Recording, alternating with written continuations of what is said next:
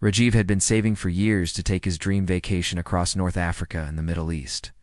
The food, the markets, the history, it all fascinated him. But there was one thing at the very top of his bucket list: riding a camel. To Rajiv, camels were the ultimate symbol of adventure. Rugged, tall, and wise-looking, they carried travelers through endless deserts. He imagined himself like an explorer, sitting high on one, gazing nobly at the horizon with the wind in his hair. But Rajiv also had a problem. He was a bit of a show-off. If there was a crowd, he had to do something that would make him stand out. So when the day finally came and he was led to a row of camels saddled and ready, he smirked at the tourists gathering nearby. "Anyone can ride a camel," he announced. "But I am going to ride it backwards." The tour guide froze. "Sir, I don't think that's a good idea. Too late." Rajiv was already climbing awkwardly onto the saddle, twisting his body so that instead of facing forward toward the camel's long neck, he was staring at its swishing tail. The other tourists gasped, cameras ready, phones lifted. Everyone knew this was going to end badly, but no one wanted to miss the spectacle. Rajiv, trying to look confident, waved dramatically. Behold, the world's first backward camel rider. The camel itself was not impressed. With a deep grunt, it rose from its knees in that slow, rocking motion camels are famous for. But since Rajiv was facing the wrong way, the lift caught him completely off guard. "Wahhhh," he yelped as the camel's back tilted sharply. His legs flailed, his arms pinwheeled. He gripped the saddle horn butt from his backward position. It was like clinging to the edge of a roller coaster seat. The crowd laughed. Even the guide tried to suppress a chuckle. But the camel, sensing something unusual on its back, gave a huff and started to move. Rajiv bounced violently, sliding toward the tail end with every step. His heroic vision of looking like an explorer was replaced with the reality of looking like a malfunctioning rag doll.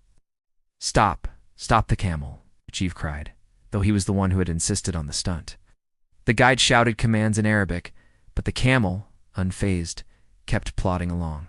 Rajiv's backward view was dizzying sand, kicking up. Other tourists laughing, and the camel's tail swishing dangerously close to his face. Then came the inevitable. One particularly sharp bounce launched Rajiv straight up. For half a glorious second, he was airborne, arms flapping like a startled pigeon. Oh. The crowd gasped in unison. Oh. He landed flat on his back in the sand, sending up a small cloud of dust. Silence, and then roaring laughter. Tourists doubled over. Someone dropped their phone from laughing too hard. A kid pointed and shouted. He rode the camel for 5 seconds. Another man wheezed, "Best part of the whole trip." Rajiv lay on the ground, blinking at the blazing sun. He wasn't seriously hurt, just covered in sand, and his pride smashed into 1,000 pieces. The camel turned its head slightly, gave what almost sounded like a smug snort, and kept walking as if nothing had happened. The tour guide rushed over. "Are you okay, Rajiv?" groaned, brushing sand from his shirt. "I meant to do that," the guide sighed. "Sir, camels are not stunt animals. Next time, maybe sit the normal way, yes?" By now, several tourists had already uploaded their videos. Within hours, Rajiv's backward camel attempt was all over social media. Titles varied. "Man tries to ride camel wrong way. Regrets immediately." "Tourist versus camel. Guess who wins?" 5 seconds of glory, 15 million views. Comments poured in. Bro thought he was inventing a new sport. That camel said, "Not today, human. Gravity always wins." Embarrassed but secretly thrilled, Rajiv checked the numbers the next day. His fall had gone viral. Strangers were already making memes of his airborne pose. Someone even edited slow-motion footage of him falling to dramatic orchestra music. Rajiv shook his head, half smiling. I hadn't become the noble desert adventurer he dreamed of. Instead, he had become the backwards camel guy. But fame was fame, and in a way, he'd gotten exactly what he wanted. Attention. The next week, he even leaned into it.